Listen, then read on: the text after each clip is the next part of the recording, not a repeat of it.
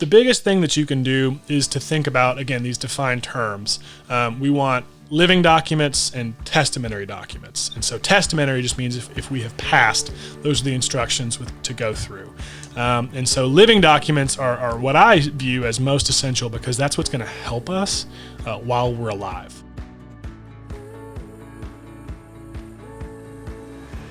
All right. So welcome back to the podcast. Got something really good for you guys. So you guys know all month long, we've been focusing on the very fun topic of insurance. But part of our insurance month is to also talk about estate planning. More really fun conversation to have. So brought in the big guns for this conversation. We're going to really get into kind of what estate planning is. But understand in this podcast, the whole goal about what we're going to be discussing today is to really back in to how do I have these conversations with my family, with my loved ones? Because at the end of the day, when it's time to execute your will, your trust, your estate plan, whatever it looks like, you're not going to be here to help, right? Correct. So it really becomes, this is a family or friend, it's a group effort. And what derails all of this is when people that are important in this piece of that end of life transition and transitioning assets and making sure, like if something happens to me, I want my plan to go as I thought. But if I keep that all to myself and I never tell anyone what that is, and I don't tell them where to go to get the documents, I'm really setting up a lot of people for failure and probably failing in making sure my wishes come true. So we're backing into that. But I think before we get there, one, who the heck is this guy? But two, like also, what are some of these really important pieces? Because wills, trust, it's not exactly, I mean, I would say it's Latin to a lot of people because it kind of is Latin. It's all Greek to me. So we're going to back in. So introduce you. Sure. So guys, my name is Blake Reynolds. I'm an attorney here in Franklin, Tennessee. And we have a law firm that deals with primarily real estate and estate planning. So kind of what happens to you throughout your life and also what happens to your things, your stuff after you've passed on. All right. So a couple quick, brief disclosures. One, we're educating here. Correct. Please don't execute anything that we talk about today simply based on this short podcast. Yeah. Yeah, this is in Law and Order. This is when that screen would come up and say this is not legal advice, and the names and stories have been changed slightly to protect the innocent. So, as an attorney, we've got a duty of competency and a duty of confidentiality. So anything that we talk about, I may have changed the names a little bit, or the circumstances and what's legally implicated, is generally just advice that you can't necessarily hold as true legal advice. There's no client-attorney relationship from watching the podcast, unfortunately. But if you guys do have any questions that are specific to y'all, feel free to reach out to your expert over here who can direct you guys to us. Yeah. And with that being said, just to understand, podcast, we're a global phenomenon now, right? Yeah, that's great. We're going to talk today about a lot of stuff that is true in Tennessee. It doesn't mean it's not true anywhere else in the United States, or potentially even around the world. I have no idea what laws are in other countries. That being said, there are some intricacies from state to state, and that affects people two ways. One, if you're out of state, again, consult somebody local to you, but the questions will probably still apply that you might have, or we might lead you to have through this podcast. But the other piece too is if you built something in we have a huge influx of people that are moving from California, from New York, and their laws are wildly different. Sure. And so it's just wildly important to understand that this can be a very unique conversation for people here, and the conversations, the rules might change a little bit, but the conversations are pretty profound regardless of where you're at. Absolutely. And so, yeah, this is just kind of intended to serve as general information to use with it with a grain of salt, knowing that it's not true legal advice that you can bring to the bank or bring to the court, but also something, to your point too, of information that you can bring home and talk to your loved ones about, whether that be your spouse or your parents or your children, as they kind of get their plan together. Because like you said, most of these estate plans do require teamwork. If you really want it to go down through the generations and to work with, everybody needs to know kind of what's happening. And on top of that, like you said, through our real estate arm, we see a ton of people coming in to Tennessee all the time, specifically to Nashville and more to Franklin just generally. Yeah.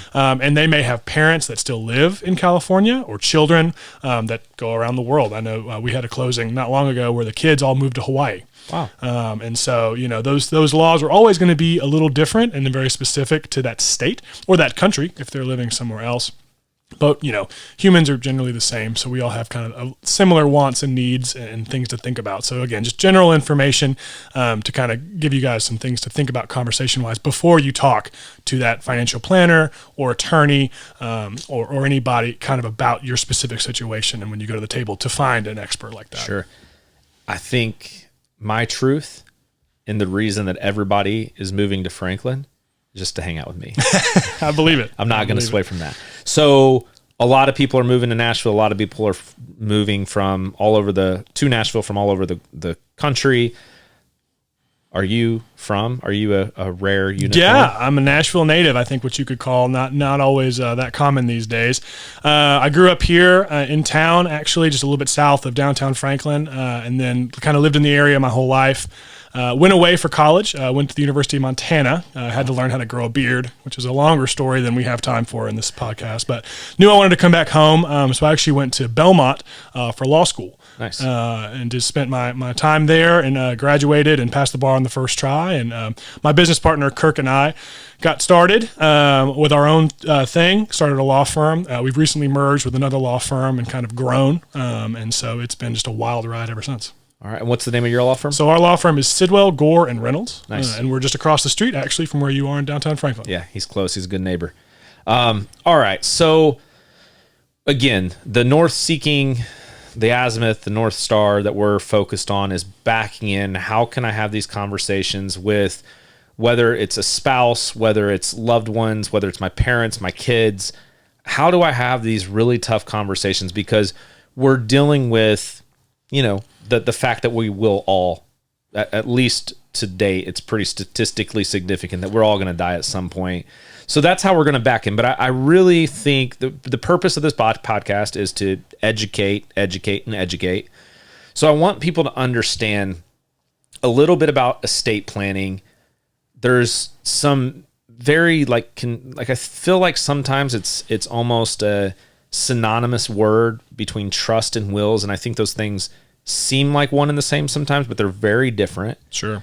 So I really want to just take a few minutes to give out some free education, right? So this is your free groceries for you guys to eat up, and we'll do our best to really stay kind of like at a 10,000 foot view, and just hope that you guys can take away a couple of these things. Again, some of this is meant to just be enough of a nugget, if you will, to take to that financial planner, to take to that estate attorney, to let them know that, hey, I actually have come prepared with some legitimate questions, and hopefully that moves the needle for the effectiveness of what you guys are trying to do for your own personal lives. So in estate planning, I guess the first question is what actually happens away from the grieving process when you die? Sure.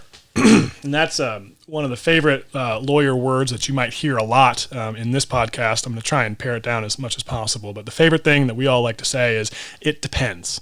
And so really, like you said, the universality of we're all, not here for a long time is true. But really what kind of happens when you die depends on the state that you live in, what assets you actually have, and who you're related to in a lot of ways. And so probably the best thing to start, I would say, with any kind of conversation when I sit down with clients, is what do you want? And we need to define some terms so that you can think about what you want and what you have, kind of in a lawyer-ish mindset and a legalistic mindset, so that you know kind of what you want your plan to be. Because you can't, you just start with the end in mind when you have this conversation, and that's something that we talk about a lot. It can be really hard to have these conversations, even with yourself, as you kind of come to terms with mortality. We've had clients come in and be very, very excited to have a consult, and then when they start to address some of these natural questions, they kind of don't get back to us for a week or two because they're thinking through some of these hard conversations. And it can be a lot to chew on. It really can. Much less if you have, an estranged family or family where you might be kind of tightly lipped, a Southern conservative family, some things like money you just didn't necessarily talk about. Sure. And so that can be hard to kind of break some of those walls down. And it can be an ongoing process too. That's one of those things, plans change in all things as life changes. And so maybe you sit down and it may take multiple conversations to even get a plan together. And then we have another child, or we move, or hopefully, things like we win the lottery, something that might change our situation, where you need to adjust that plan and kind of resize what you're looking at. And that's something to talk about too, of kind of what happens when you die. So the big thing to think about, generally speaking, is, if the client comes to me and says, I know nothing, I have, X amount of assets, X amount of money, but I have no estate plan.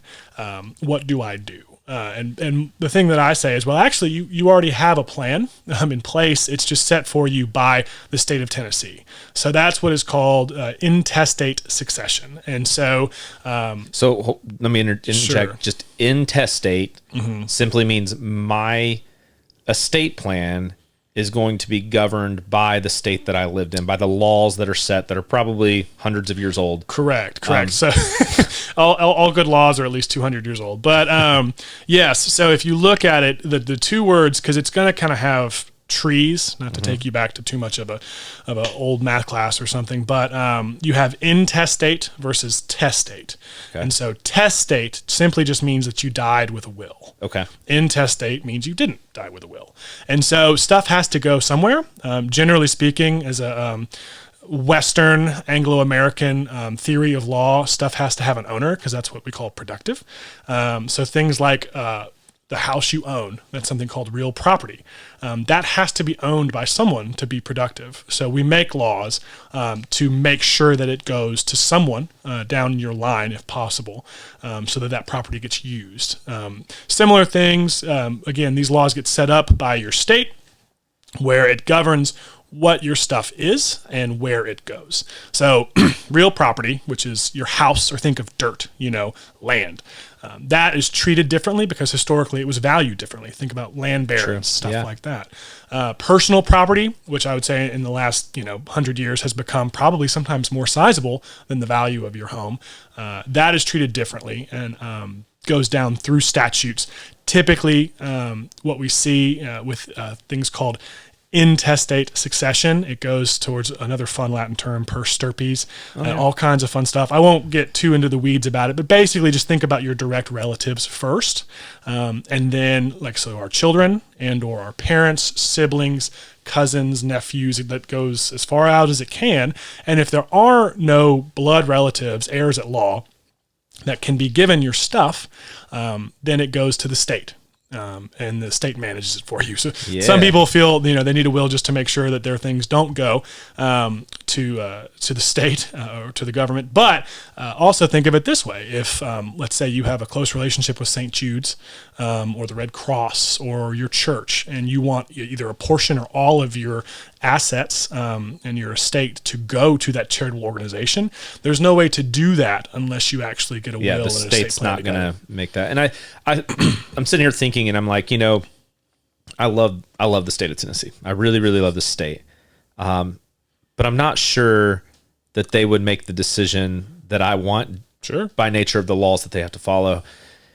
I think about some circumstances of like divorce or adoption or kind of common law stuff, like just these circumstances where you're like, oh, I may not need a will because the state's got my back. Like they're like it'll work itself out. But yeah, sure. I think there's I have seen personally people come in, newly married widows, unfortunately, from a divorced deceased husband or wife, where the divorced ex-wife or ex-husband are getting a sizable chunk of certain assets simply because of the time of marriage and things like that, and mainly because the state got to decide because a will either wasn't updated or it was updated, but it didn't matter. Sure, and I kind of call them the default rules. So if we die without a will or without our wishes being written down, basically it goes to the default. And everyone now, you think about, most people have a unique situation, and therefore you need a unique plan for you. And we'll kind of come back to that more and more. But something that I see a lot for clients, and even myself, I come from a blended family or a mixed family, whatever you want to call that, where people have been remarried, and either they have kids from a previous marriage or they have kids together once they've remarried. And the state laws just don't necessarily contemplate that as well. It's not, the laws by nature aren't as flexible as some of these estate plans can be. And so I've seen a client where they remarried and the spouse had a child from a previous marriage, and that person was never adopted, but they were a closely held family member to that person. And the state's not going to treat that the same way, especially if let's say they get divorced down the road, and that premarital child, it's not a blood relative, and now you're not even married, so the spouse wouldn't get any money or things like that. Depending, it can really kind of get muddled around and mixed around, where the laws and the default rules just aren't the best application for a lot of people's plans these days. And I think too, so I think my biggest takeaway from this first part is, regardless of whether you realize it or not, you have an estate plan. My assumption is that most people listening, to include myself, if I'm being quite honest, I don't know enough about the estate laws in Tennessee to know exactly what my estate plan is absent of a will. Sure. Yeah. And that's, one thing to, as an attorney, to caveat or critique. It's not a plan. It's just the law. And so, it's one of those things that, and people kind of come with preconceived notions a lot. And when we have clients come in, the number one thing they want to say is, I want to avoid probate. Yeah. What is probate? And they don't know. And that's not a thing against them. The laws are written in such a way to employ people like me. They're complicated on purpose. Right. And some of that is with the best of intentions. And some of that is just because the laws are old and they're hard to sometimes grapple with in language and to understand. But yes, so really everyone already has rules for what happens to their stuff, their estate, if they pass away. Sometimes that's favorable, sometimes that's not. Sometimes you have to go to probate, sometimes you do not. So is probate a bad thing? So probate's kind of a bad word to the average person. And all I would say is that probate just means you're going through a judicial process to transfer assets, to transfer the estate. It's an officially recognized by the court of the jurisdiction of the county you're in, let's say, Williamson County here in Franklin, Tennessee. You've gone through and had your will probated, or you've had your assets probated through intestate without a will, not testate with a will, and gone through that process. And a judge basically, after a certain amount of time, and their own statutory laws and things to follow within the probate process, but that has gone through and property has transferred assets have transferred according to those laws and through that judge's order.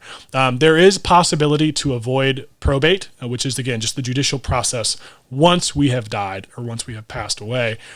Things like real property, for example, if you own it with your spouse, if you own it in a certain way, something that's called tenants by the entirety here in Tennessee, it vests immediately upon that other person. People think about this. And another type of way to own your house or own real property is joint tenants with a right of survivorship.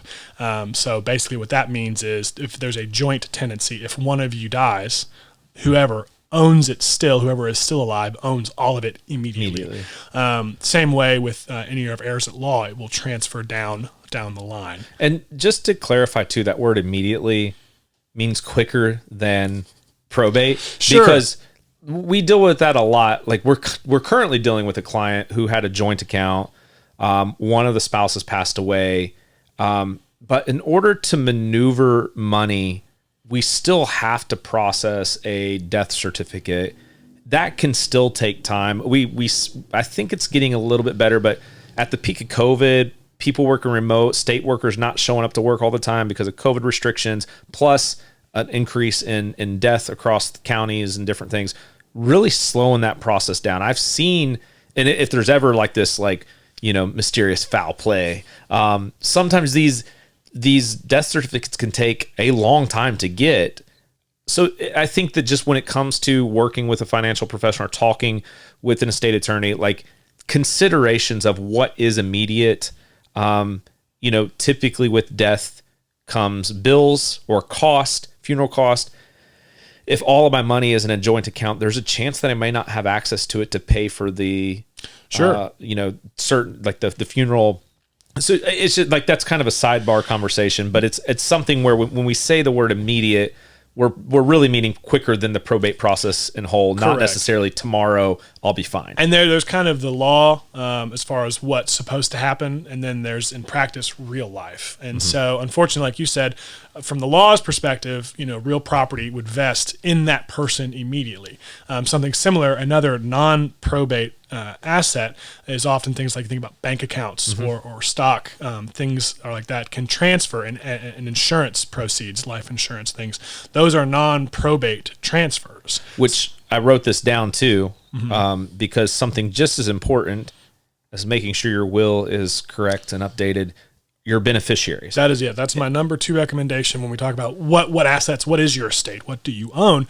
A lot of things are going to go, because again, we're not all land barons anymore, unfortunately, especially in Williamson County. But, we might own our home, but we don't have acres of land that's going to go primogeniture to all 6 sons, things like that. Sure. We might have bank accounts with large sums of money in them. We might have a lot of money held with our trusted financial planners or tax CPAs, things like that, different accounts that have things called pay on death beneficiaries. And what that does is immediately upon death, that term again, it is supposed to vest. The ownership of that asset vests. Your property goes to that person that's listed.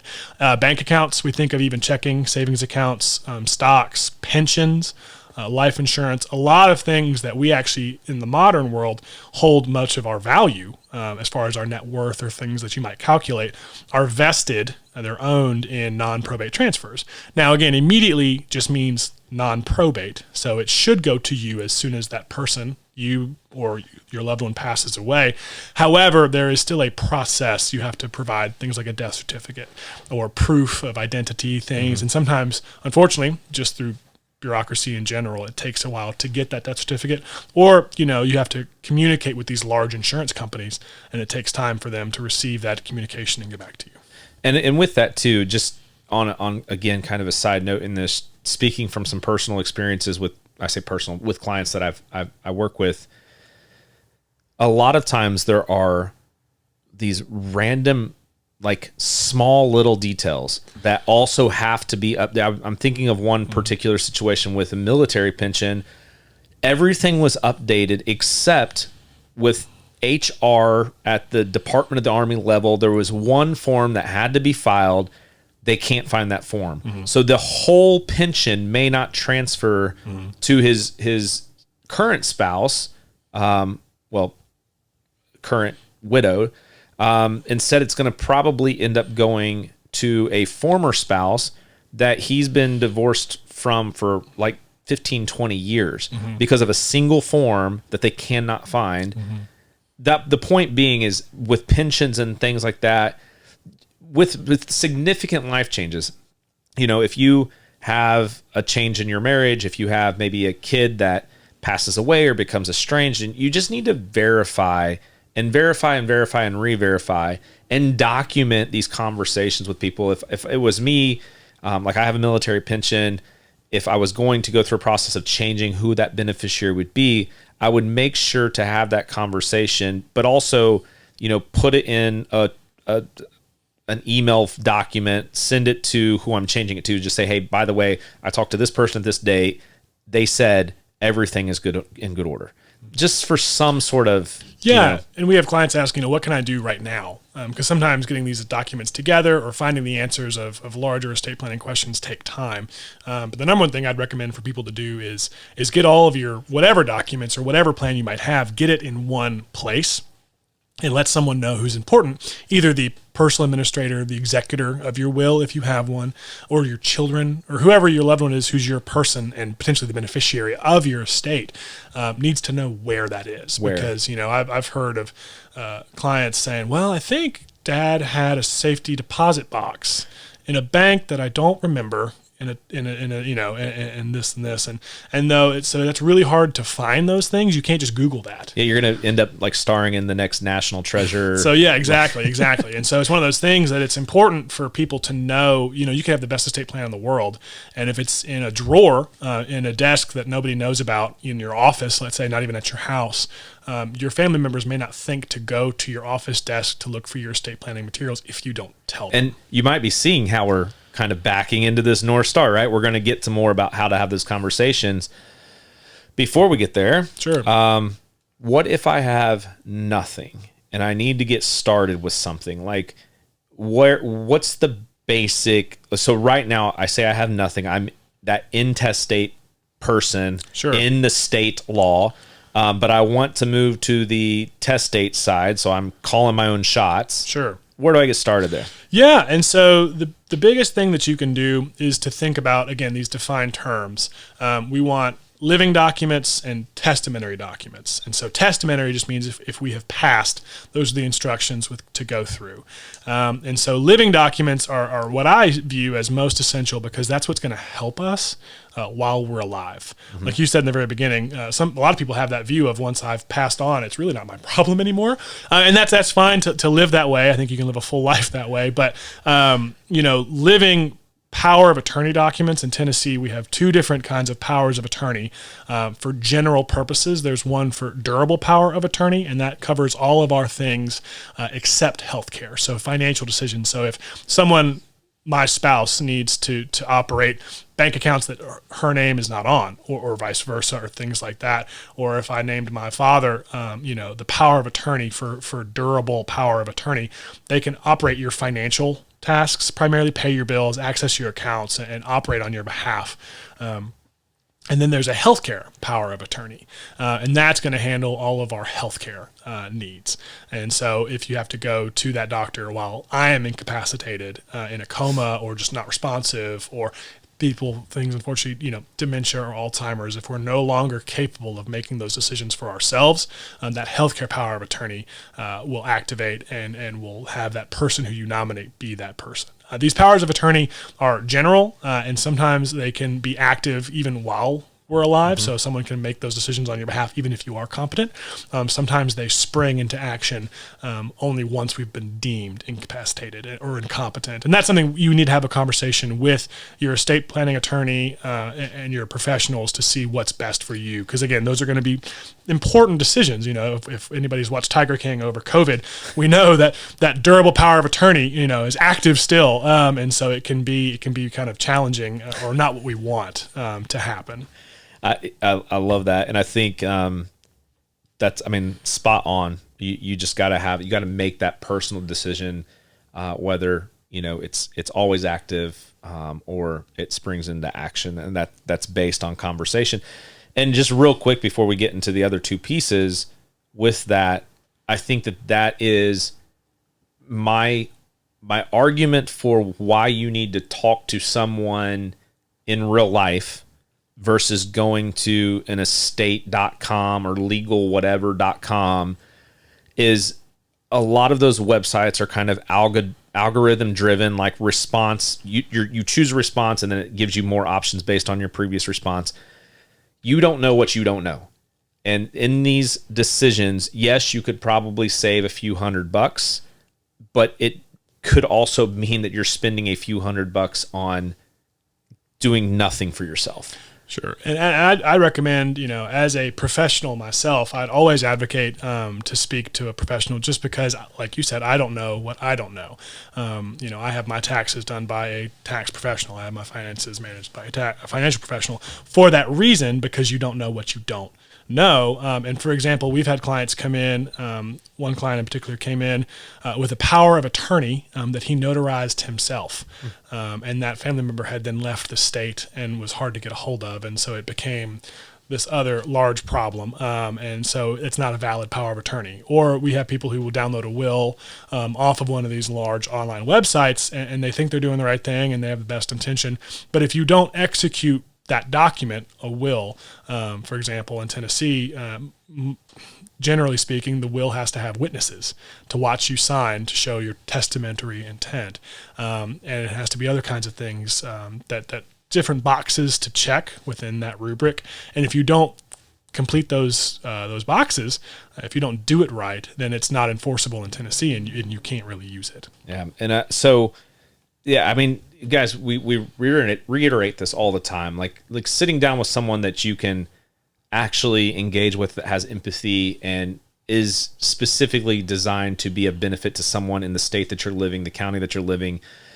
We've even talked about this with insurance agents, and like just knowing, like I was sitting down with an insurance agent recently, and she said like, hey, if the person lives in this side of town, like we're not the right person just because of certain things. Their premiums right there go up, and so sitting down with her, she would point you in a different direction.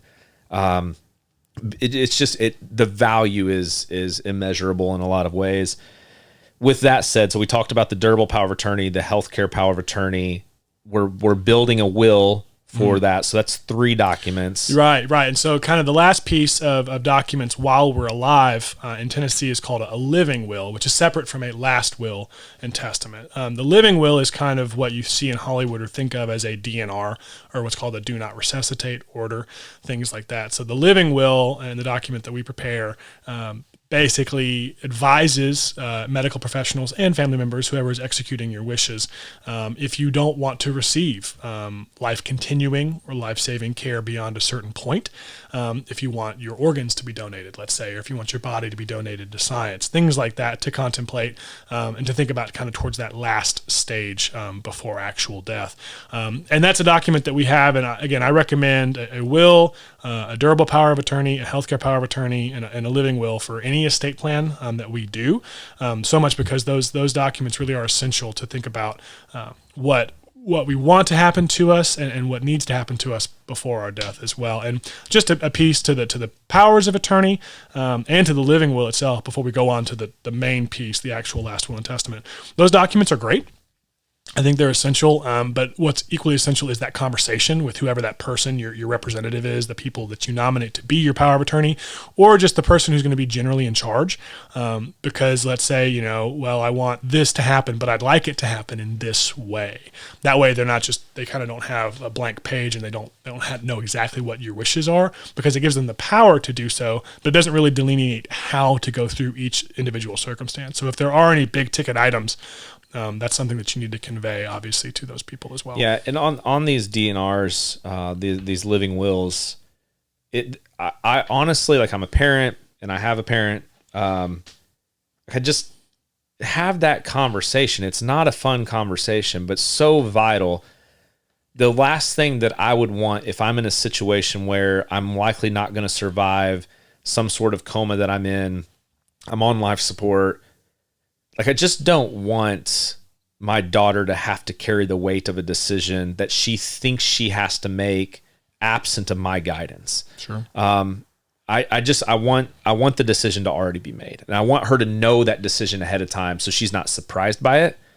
But again, I mean, I just don't want her to be in a situation where she's guessing or potentially derailing her entire financial future by keeping me on some sort of like machine for an extended amount of time, just in case, for some 1 in a million chance. I don't want her to have to struggle with that. So that's it. We're backing in, right? We'll talk more about that in a second, but that's so huge.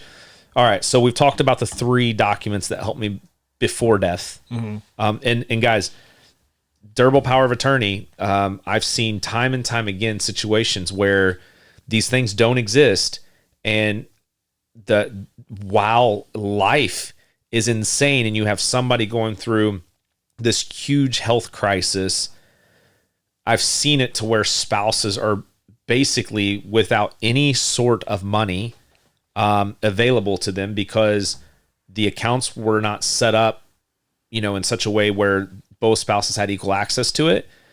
Just because, I mean, in traditional old timey ways. Like a lot of times the men manage the finances. It's changing a lot now, but I've seen older wives not have access to the bank account, not have access to these things, not have the durable power of attorney. And they're basically living on borrowed money from other relatives until the probate process or the life process has worked itself out. So sure. And we'll talk about that kind So of at the important. very end of when is the right time to have what kind of estate plan, because it's all different. It's going to be unique to each individual family and each individual person. But you're right. And a large piece of that too is obviously when you make these documents, they're legally binding documents, and you have to be of sound mind. You have to be competent legally to execute them and to make them. So a lot of times, unfortunately, we will see people come to us and they need a power of attorney, and that person who needs it is already in maybe say long-term mental care within an Alzheimer's facility. It's too late to prepare those documents. What's the deciding factor? Because when you say of sound mind, I think in my own brain, and I'm like, I'm pretty sure I make the cut, but Sure. maybe the bar is set pretty low. And that's, I was about to say, there's some jokes in there if you have morbid humor, but I think it's interesting, and it depends on who you ask, as far as my personal competency from day to day. But there's different hard and fast rules you can have, but if a doctor adjudicates you, or if a doctor says in his professional opinion that you are incompetent, you're not able to make those decisions on your own, then that's disqualifying. A judge can adjudicate you as mentally incapacitated. A lot of times that's what will have to happen, unfortunately, without a power of attorney. Let's say they are in that mental care and they don't have any blood relatives to help them, but they have a neighbor or someone who's trying to help them. They have to go through a court process to be basically go into a conservatorship. Wow. And that takes time, and it takes more finances and more money, and it can be very costly in a lot of ways. And so there's different ways in which you can lose your competency. Unfortunately, and it can be hard. There's old case books from law school about people who lose it, get it back, from an episode or something, and they try and regain their competency. It can be a challenge. Well, we're all experts on that from the Britney Spears saga. Right? Exactly. So, I mean, Google all of that, and you can learn more than you ever wanted to know about that. All right. So talk about the will, because I'm going to back in the next question is, not only do I need to be educated on the will itself, but the difference between the will and the trust. Sure. And so the will is kind of the big piece. It's what everyone kind of thinks of, once in the movie, once grandpa passes, they all go to an old dusty office with an attorney, and he opens it, and the child, the person who was the ne'er-do-well and all this stuff gets all the money or things like that. Typically that's not how it happens. And it doesn't really go that way. And they don't get the mansion and the Mercedes instantaneously. The will is really just a plan, a stratified, outlined plan, where you name your personal representative. So you name someone who you want to handle your estate and to handle your assets. And then you name where you want your stuff to go. And so you can do things called specific bequests where, if you have antique jewelry, let's say, or you want your car to go to your 16-year-old nephew, you can give specific bequests. You can also just say, I want all of my things to go to my children, or to go to this person, or to go to this charitable organization, things like that. So that's really where you can kind of create your own plan and create, based on your needs, kind of your own set of rules on where it goes.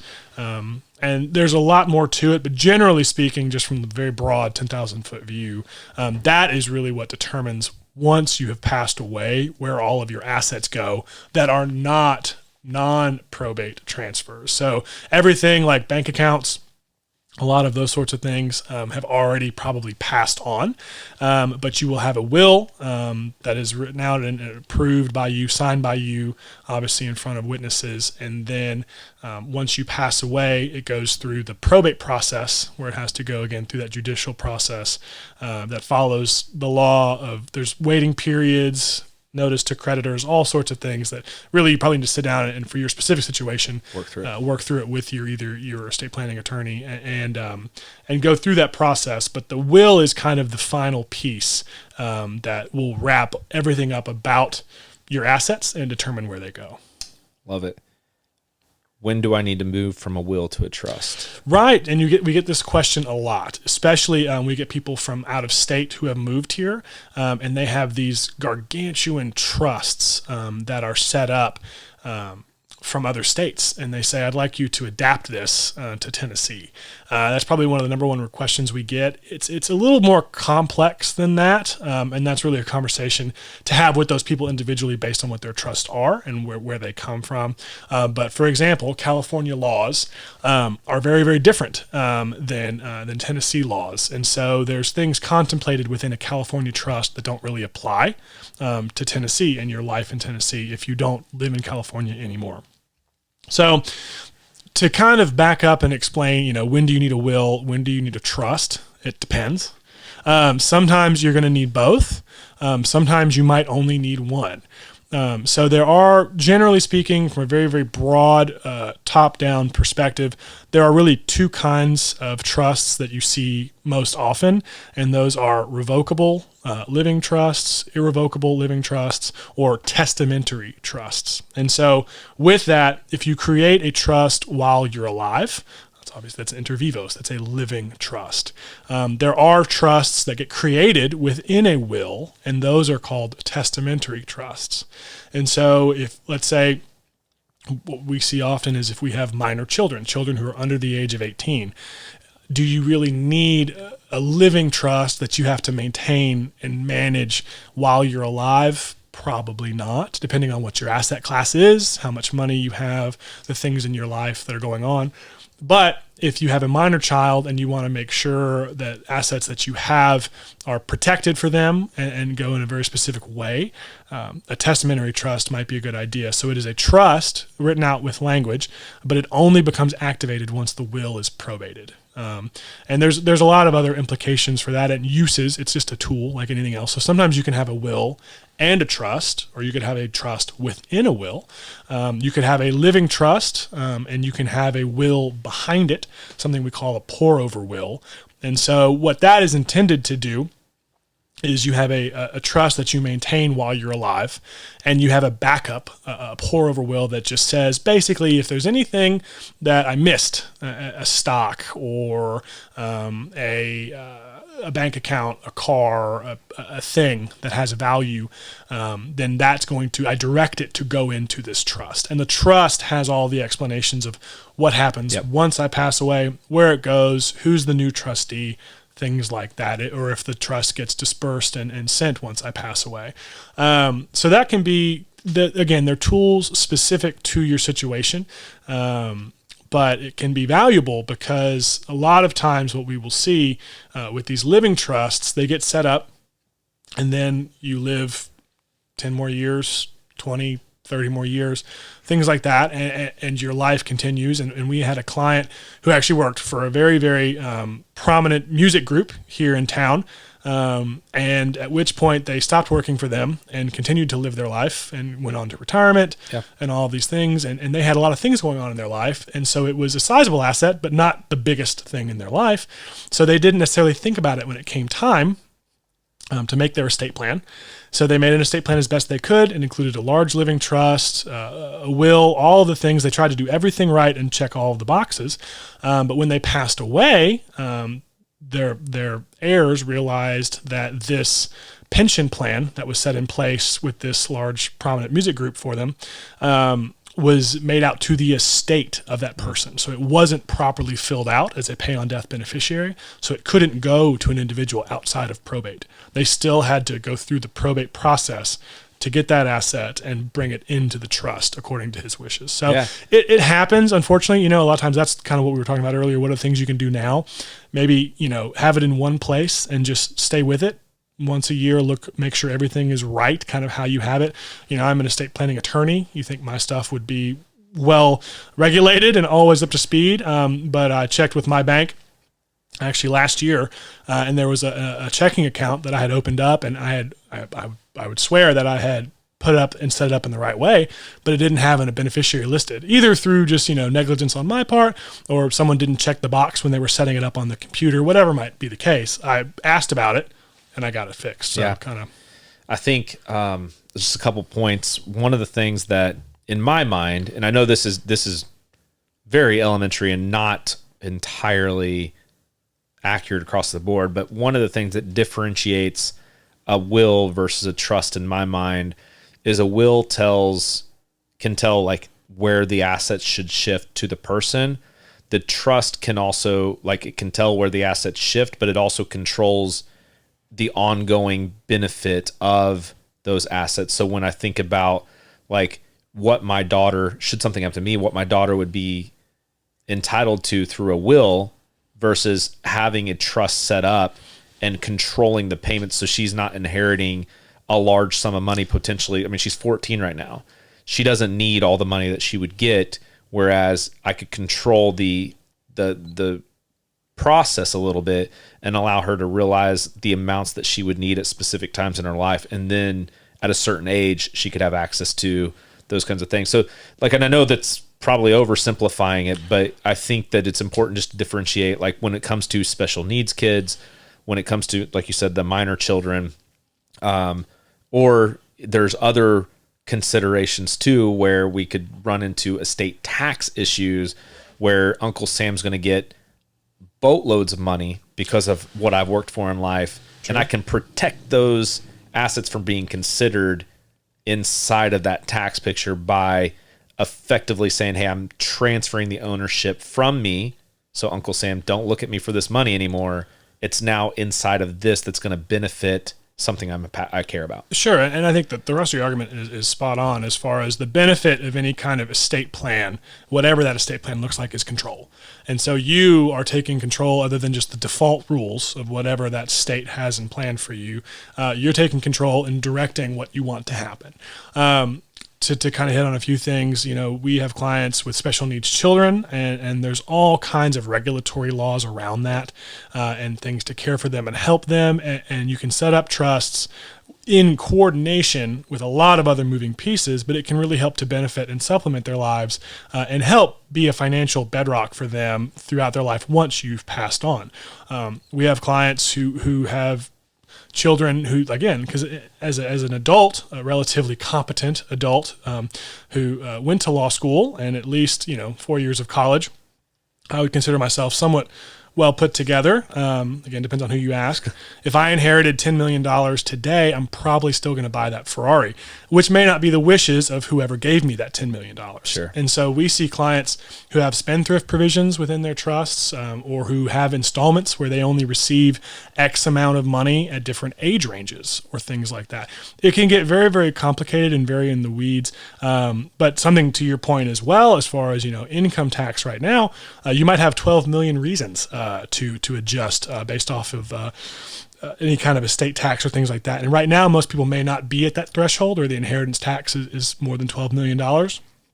But just like things in life change, laws change. Mm-hmm. And so as the federal government changes and there's no crystal ball to know what's going to happen, but it's been a lot lower than that before. And I would just inject two things. One, $12 million for a lot of our listeners might sound like a lot of money. Mm-hmm. I would argue, don't be surprised if you wind up there if you're doing the right things with your money throughout your life. Sure. But also with that, to your point, laws change. And I want to say that one of the things that that President Biden ran on was lowering that 12 million to like 3 million ish. Mm-hmm. Yeah. And I don't think that fight is done yet. And just to understand that most people today, for a healthy, long retirement that they can live the life that they want, most of the time the number's working out to about $2.5 million. And now that we've had 8% inflation, tack on 8% more to that, you're kind of getting real close to anything over that kind of fine lifestyle in retirement. If you have anything more than that, you're going to be paying, 40%, I believe, to, and again, potentially more. It could be different. So again, when the laws change, there's no telling what that dollar amount is going to be when you trigger the estate tax. As far as a threshold, it could be $50,000. It could be 80%, 100%. There are certain European countries, or other forms of government where the estate tax is incredibly high. Well, I just want to drive home the fact that, like, we say $12 million, plenty of people are like, oh, I never have to worry about that. Don't say that, because one, A lot of people do very well over the course of their lifetime if they're making good. I mean, we have people that are 20 years old listening to this podcast, applying some of these tenets that they're learning. They're going to do very well. People have windfalls. The greatest transition of wealth is occurring right now from our baby boomer generation to my generation. Largest wealth transfer in the history of the world is happening. So don't think that just because you don't have anywhere near $12 million, you never have to worry about it. Things change, your circumstances change, and you will become more wealthy, that could be more real. And that's the biggest thing too, is, if things in your life change, if you move, if you get married, if you have children, if your job changes or your income changes, things that you need to be thinking about. That's why it always helps to keep in touch with a financial planner or a tax accountant or an estate planning attorney, and kind of refer to those professionals over time, because they're going to know those things. If a law comes down that's going to change your situation, it's a two-way street. Your life is moving forward, and also your situation where you're in is changing forward as far as what the government has in store for you. It's always going to be different with the laws. So let's kind of hit that North Star at this point. Again, one of the reasons why we talk about insurance and estate planning in the month of November is because I know that most of the families that I work with, most families across the states, they're about to spend a significant amount of time with people that they love, whether that's family, kids, grandparents, parents, whether it's just friends or neighbors. You're going to be somewhat around someone likely that you love, that you trust, that you respect, that could have some decision-making process authority throughout that transition period of close to end of life stuff. It gets incredibly difficult. I was just sitting here listening when we were talking about the living will, and I have to have that conversation with my kid. I'm sitting here telling everybody that and at some point I have to sit down with my 14-year-old daughter and say, hey, if something happens, this is not only the document, this is what it means. This is what I want you to know that I want. And these are the decisions that you might have to make. This is where you would go to find the document to take to the doctor. I need to have that. And that's incredibly heavy to consider having with my daughter, who, arguably loves me a lot. But likewise, on the flip side, even going and having that conversation with my mom, my dad, my grandparents, I always tell people, have the question on where and how, not how much. So I do not need to know how much money I'm going to get from my mother, but I need to understand where she keeps the documents that will, move us through that time period. I need to understand how she wants things handled. In the case of, that asset that doesn't get put into the will, if I just have a conversation, I can reasonably sit there and say, okay, at some point, me and my brothers and sisters are probably going to have a conversation about how this is going to get handled versus what the court's going to say, so we can have that conversation with the judge.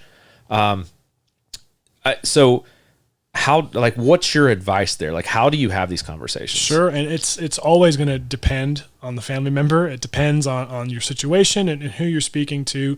I personally always come from it from a subjective place. It's better or easier to start a conversation with, here's what I'm doing, to help kind of open that gateway, because a lot of times it's reciprocal. It goes both ways of, maybe my mother is my healthcare power of attorney representative, the person that I nominate to make those decisions for me, and she might want me to be likewise.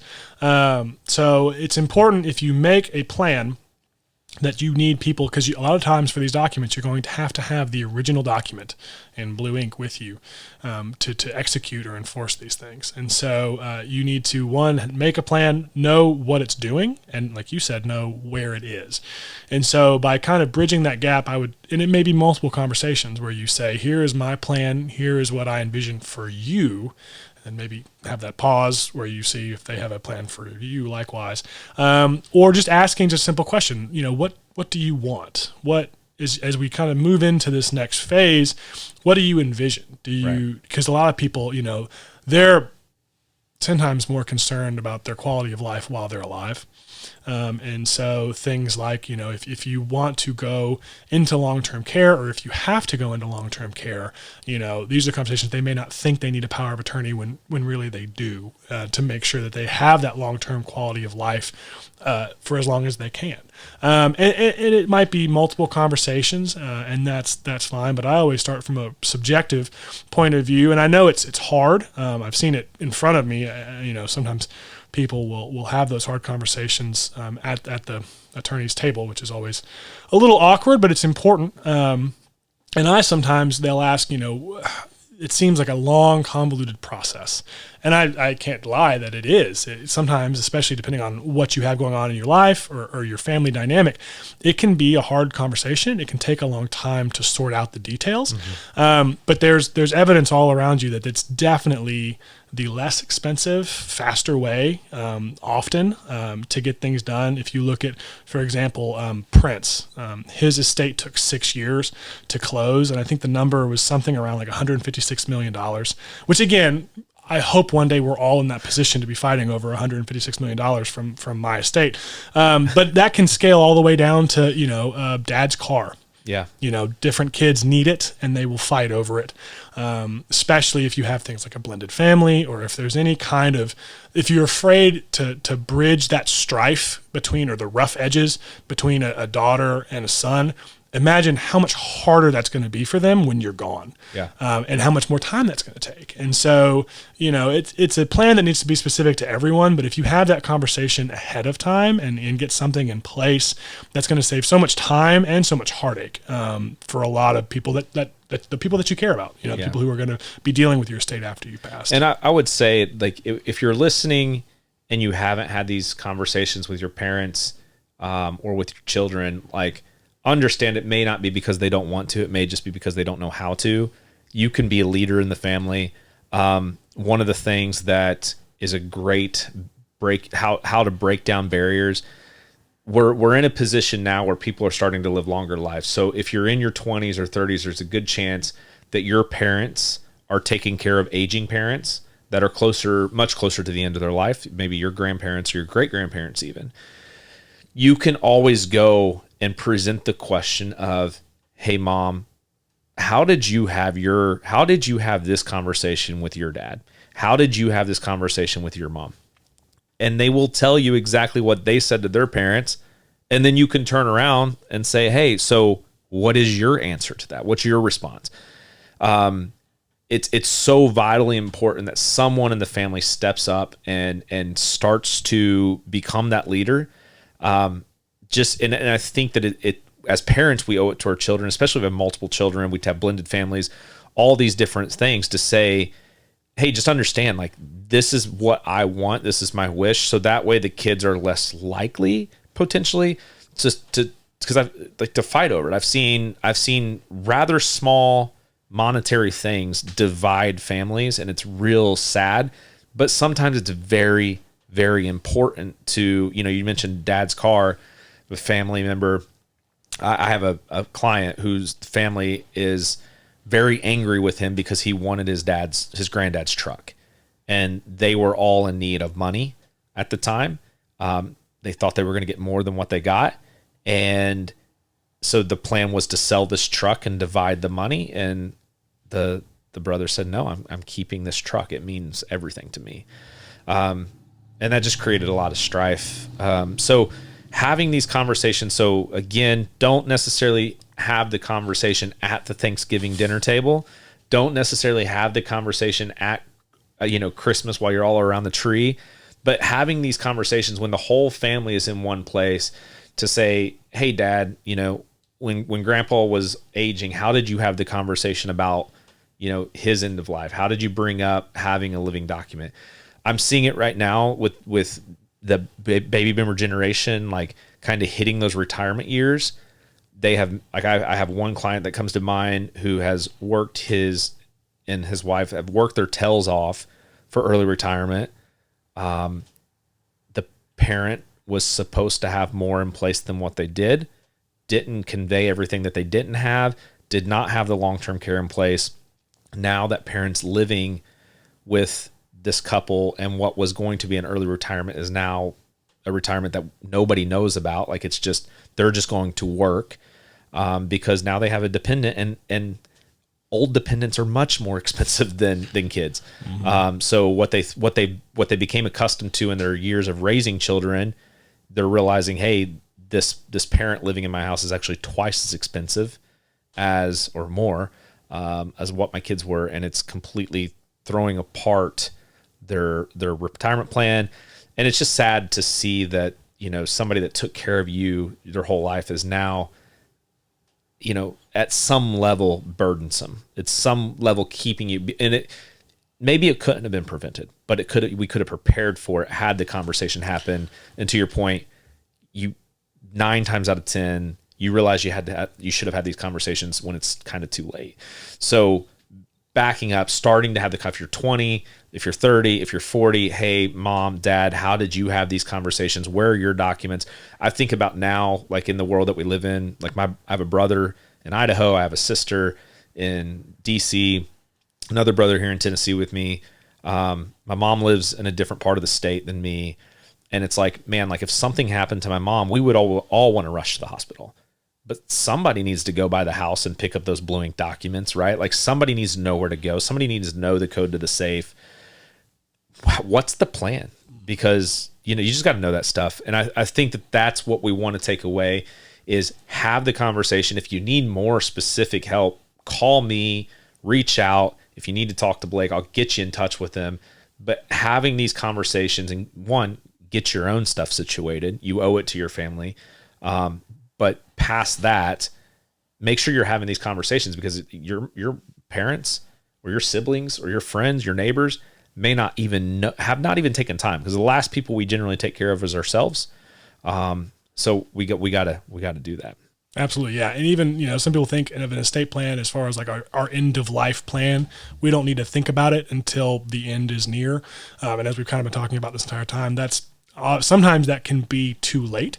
But a lot of times when you're getting an estate plan, you know, sometimes we may not even have children ourselves, but it's a plan for the unexpected. It is. And so you can get something in place now, and as our life situations change, the documents will change with us. And as long as you have a plan in place, and someone who to care for you and know where those documents are, you'll be much better prepared for anything that can come down the pipe. Love it. All right. Any final thoughts? Thanks so much for having me. This has been awesome. Yeah, dude. It's a good time. Thank you guys for listening. We'll be back again next week. If you have any topics or anything you'd want discussed, shoot us an email. You can always go to harpethwealthpartners.com, find our contact information on there. If you want help in trying to figure out, like, you know, we talk about kind of looking at the estate plan when your assets or life changes. We talk about reviewing your insurance on an annual basis. A lot of this is driven. There's triggers to life. There's triggers to your net worth changing, your assets changing in different various, like, you know, places. We have a tool that will help you track that stuff. Again, harpethwealthpartners.com. You can look at our planning products. You can look at our costs. It's all laid out for you. We make it very easy, very accessible, and very cost friendly for anyone to start monitoring. And even if you got to do most of the work on your own, getting started to keep costs low, all the way to the full-on one-to-one management that is pretty traditional inside of financial. But we offer that. We're here for you regardless. We even have ways that you can apply for some scholarship to get this stuff at free. We're willing to work with just about anybody to help them be better, because that's the goal. And if nothing else, this podcast is free for you. Hope you guys learned something. We look forward to seeing you guys soon. We hope you learned from our conversation today.